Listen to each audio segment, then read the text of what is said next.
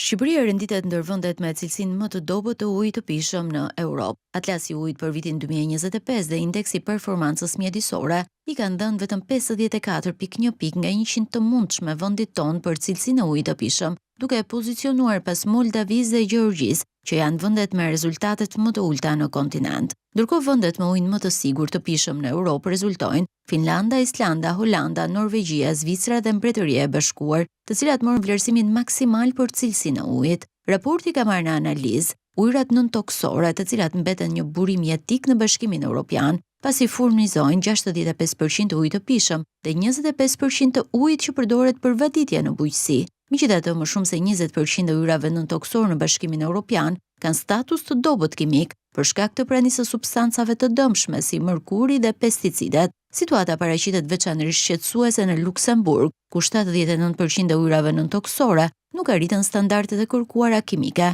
Problemet të ngjashme raportohen edhe në Republikën Çeke, Belgjik dhe Gjermani. Sipas Komisionit Evropian, niveli maksimal i nitrateve është e kaluar nga 14% të stacioneve matse në Europë.